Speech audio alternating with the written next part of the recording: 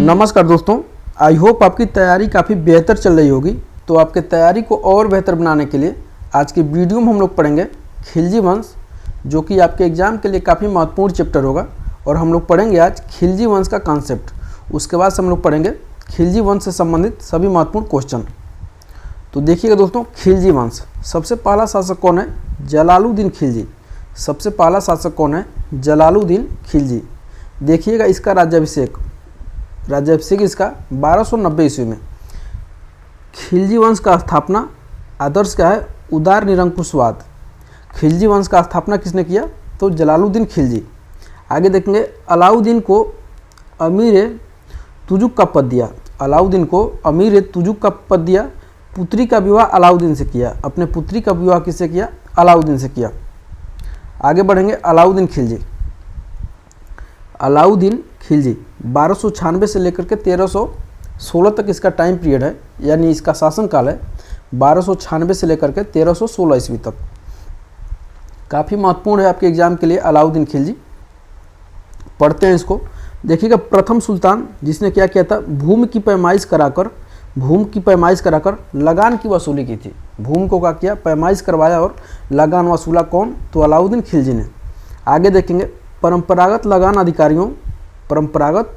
अधिकारियों जैसे कि खूत, मुकद्दम और चौधरी से लगान वसूल करने का अधिकार छीन लिया। उस समय क्या होता था? खूत, मुकद्दम और चौधरी क्या करते थे? लगान वसूलते थे। ये क्या किया अलाउद्दीन खिलजी ने? उनसे अधिकार छीन लिया। देखिएगा, सारे विशेषाधिकार समाप्त कर दिए थे। सारे विशेषाधिकार समाप्त कर इसकी भूमि को, इनकी भूमि से भी कर लेना प्रारंभ कर दिया। यानी इनकी भी भूमि से क्या कर दिया था? कर लेना प्रारंभ कर दिया था। आगे देखेंगे, उन सभी व्यक्तियों से भूमि छीना जिन्हें वह मिल्क, राज्य द्वारा प्रदत्त संपत्ति, इनाम, इंदतराज, पेंशन तथा वक्फ। वक्फ मतलब क्या होता है? समझाते हैं आपको। धर्मार्थ प्राप्त भूमि आदि के रूप में प्राप्त थी। परिणामतः खालिसा भूमि में वृद्धि की। यहाँ पे समझिएगा, मिल्क मतलब क्या होता है दोस्तों? तो मिल्क मतलब होता है राज्य द्वारा प्रदत्त संपत्ति। राज्य द्वारा प्राप्त, प्रदत्त मतलब प्राप्त संपत्ति या इनाम, इंद्रत या पेंशन, तथा वक्फ मतलब धर्मार्थ प्राप्त हुई भूमि, मतलब धर्म के आधार पर प्राप्त हुई भूमि आदि के रूप से प्राप्त की थी, जो परिणाम स्वरूप क्या किया था? खालसा भूमि में वृद्धि की। आगे देखेंगे, अलाउद्दीन खिलजी के 4 अध्यादेश। अलाउद्दीन खिलजी के 4 अध्यादेश क्या क्या हैं? प्रथम देखिएगा, उपहार, पेंशन, दान में प्रदत्त भूमि संबंधित व्यक्तियों से वापस। उपहार, पेंशन, दान में प्रदत्त भूमि यानी प्रदान भूमि संबंधित व्यक्तियों से क्या किया? वापस। सरकारी अधिकारियों को सभी व्यक्तियों से अधिकार कर लेने का आदेश दिया। यानी सरकारी अधिकारियों को क्या किया था? सभी व्यक्तियों से अधिकारी कर लेने का आदेश दे दिया। दूसरा है इसका गुप्तचर विभाग का संगठन। गुप्तचर विभाग का क्या किया था? संगठन किया, यानी मजबूत किया। आगे देखेंगे, तृतीय क्या है इसका 4 अध्यादेश? मादक द्रव्यों यानी शराब, भांग आदि के प्रयोग पर। मादक द्रव्यों यानी शराब, भांग आदि के प्रयोग तथा जुआ खेलने पर क्या कर दी थी? इसने पाबंदी लगाई।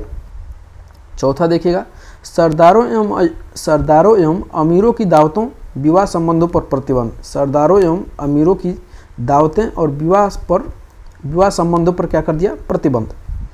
काफ़ी महत्वपूर्ण है और क्वेश्चन यहाँ से पूछा जाता है। बाजार नियंत्रण व्यवस्था और बाजार नियंत्रण पद्धति या मूल्य नियंत्रण, यहाँ से क्वेश्चन आपके एग्जाम में पूछा जाएगा। तो देखिएगा, सहना ए मंडी यानी मलिक कबूल की नियुक्ति। सहना ए मंडी के लिए मलिक कबूल की नियुक्ति।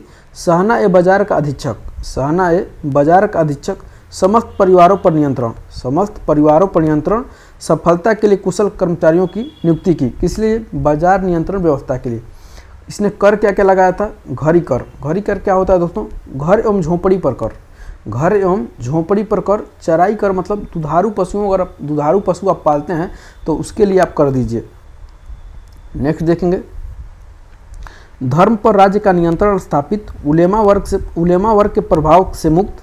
उपाधि है इसका सिकंदर सानी। वेरी मोस्ट इंपॉर्टेंट है, क्वेश्चन पूछा जाएगा आपसे कि किसे सिकंदर सानी के नाम से जाना जाता है? तो अलाउद्दीन खिलजी को। इसे द्वितीय सिकंदर कहा जाता है। प्रसिद्ध सेनापति देखिएगा इसका है जफर खां। मंगोल के विरुद्ध लड़ते हुए इसकी मृत्यु हो गई थी जफर खां की। दीवाने मुंतखराज की स्थापना, वेरी मोस्ट इंपॉर्टेंट है। दीवाने मुल्क खराज की स्थापना। इसका उद्देश्य क्या था? एक शक्तिशाली और निरंकुश राज्य की स्थापना करना।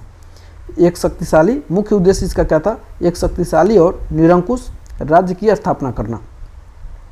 आगे देखेंगे, भूमि की पैमाइश के आधार पर लगान वसूली। भूमि की पैमाइश के आधार पर लगान वसूली। उपज का 50%, उपज का 50% भूमि कर यानी खराज के रूप में भूमि की वास्तविक आय पर राजस्व निश्चित करने वाला, भूमि की वास्तविक आय पर राजस्व निश्चित करने वाला भारत का प्रथम मुस्लिम शासक कौन था? तो अलाउद्दीन खिलजी था। मलिक काफूर अलाउद्दीन की गुजरात विजय के दौरान प्राप्त अन्य नाम 1000 दिनारी। मलिक कफूर जो था क्या, तो एक हीरा था और उसी का नाम क्या मिलता है? और ये अलाउद्दीन खिलजी था, उसे 1000 दिनार में खरीदा था, 1000 दिनार देकर खरीदा था, इसीलिए उसका नाम रख दिया था 1000 दिनारी। आगे बढ़ेंगे, इसके महत्वपूर्ण अभियान देखिएगा। उत्तरी अभियान आक्रमण, गुजरात विजय अभियान उलू खां तथा नुसरत खां के नेतृत्व में। गुजरात विजय अभियान उलू खां तथा नुसरत खां के नेतृत्व में रणथंभौर, मालवा, चित्तौड़, धार, मांडू, उज्जैन, मारवाड़ तथा चंदेरी पर विजय प्राप्त किया था। किसने? अलाउद्दीन खिलजी ने। दक्षिण में अभियान देखिएगा, ये तो उत्तर का अभियान थे, अब इस साइड दिया है दक्षिण का अभियान। तो देखिएगा, दक्षिण भारत पर आक्रमण करने वाला पहला सुल्तान, दक्षिण भारत पर आक्रमण करने वाला पहला सुल्तान मलिक काफूर के नेतृत्व में अभियान भेजा था। वारंगल, देवगिरी, होयसल क्षेत्रों के नियंत्रण में लिया रामेश्वरम के मस्जिद का निर्माण। रामेश्वरम में मस्जिद का निर्माण, ये क्वेश्चन वेरी मोस्ट इंपॉर्टेंट है। मलिक मोहम्मद जायसी की रचना पद्मावत। मलिक मोहम्मद जायसी पद्मावत की रचना, देखिएगा रानी पद्मिनी के जौहर कथा का वर्णन किया है। मलिक मोहम्मद जायसी ने रानी पद्मावती की जौहर कथा का वर्णन किया है। रानी पद्मिनी राजा रतन सिंह चित्तौड़ की राजधानी, राजा रतन सिंह यानी चित्तौड़ की राजधानी, माफ करिएगा, मतलब ये चित्तौड़ के थे कि पत्नी, मतलब रानी पद्मिनी अलाउद्दीन खिलजी के चित्तौड़ पर कब्जा कर लिया। अलाउद्दीन खिलजी ने क्या किया था? चित्तौड़ पर कब्जा कर लिया। नेक्स्ट देखेंगे, और इसके महत्वपूर्ण क्या क्या काम है, नीचे देखिएगा महत्वपूर्ण तथ्य।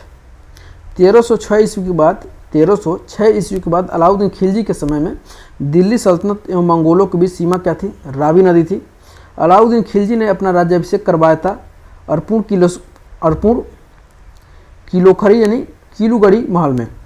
देखिएगा, भूमि कर को उत्पादन के 50% तक निर्धारित करने वाला सुल्तान थे अलाउद्दीन खिलजी। मोहम्मद बिन तुगलक और ये दोनों थे, ठीक है ना। नेक्स्ट देखते हैं, रामचंद्र देव कहाँ के शासक थे? तो देवगिरी के शासक थे। मलिक काफूर से पराजित हो गए। राय रायन की उपाधि इन्हें किसने दी थी? तो राजा, माफ करिएगा, अलाउद्दीन खिलजी ने दी थी। खत्म हो गया टॉपिक। उसके बाद अगला शासक कौन आएगा? कुतुबुद्दीन मुबारक शाह खिलजी। कुतुबुद्दीन मुबारक शाह खिलजी 1316 से 1320 तक इसका टाइम पीरियड है। स्वयं को खलीफा घोषित किया, वेरी मोस्ट इंपॉर्टेंट है, क्वेश्चन में पूछा जाएगा आपसे कि दिल्ली सल्तनत में वो कौन सा शासक है या कौन सा सुल्तान है जिसने स्वयं को खलीफा घोषित किया था? तो कुतुबुद्दीन मुबारक शाह खिलजी। इसकी उपाधि है अल इमाम खलीफतुल्लाह। देखते हैं, नसीरुद्दीन खुसरो शाह इसके बाद से शासक है। इस्लाम खतरे में है, विरोधियों द्वारा दिया गया नारा इस्लाम का शत्रु। शासनकाल इसका है 15 अप्रैल से 7 सितंबर 1320 तक। अगला देखिएगा, धर्मांतरित सुल्तान, हिंदू से मुसलमान। उपाधि क्या है? पैगंबर का सेनापति। आगे बढ़ेंगे, परीक्षा दृष्टि काफ़ी महत्वपूर्ण रहेगा, एक बार जरूर पढ़िएगा। अलाउद्दीन के प्रसिद्ध सेनापति जफर खां की मृत्यु हुई।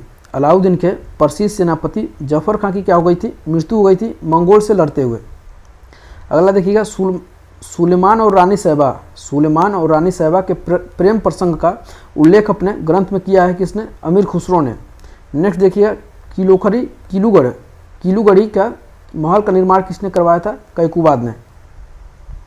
नेक्स्ट देखिए, गढ़ मुक्तेश्वर की मस्जिद की दीवारों पर अपने शिलालेख में स्वयं को खलीफा का सहायक कहा बलबन ने। वेरी मोस्ट इंपॉर्टेंट रहेगा, और बलबन ने ही रक्त और लौह की नीति अपनाई थी। नेक्स्ट है दोस्तों, बलबन के काल में 1297 ईस्वी में बंगाल में हुए एकत्र विद्रोह का नेतृत्व किया तुगरिल खां बंगाल का सूबेदार ने। देखिएगा, गोल गुंबद से भी क्वेश्चन पूछा जाता है कभी कभी। बीजापुर के मोहम्मद आदिल शाह द्वितीय का मकबरा। बीजापुर के मोहम्मद शाह आदिल का माफ़ करिएगा, बीजापुर के मोहम्मद आदिल शाह द्वितीय का मकबरा भारत में विशालतम ऐतिहासिक भवनों में शामिल। नेक्स्ट है, विश्व के विशालतम गुंबदों में से एक, बाएं भाग प्याले की भांति, प्रत्येक कोनों पर कंगूरों की व्यवस्था। तो ये टॉपिक आपका खिलजी वंश जो था, खिलजी वंश वो समाप्त हुआ। उसके बाद से हम लोग पढ़ेंगे तुगलक वंश।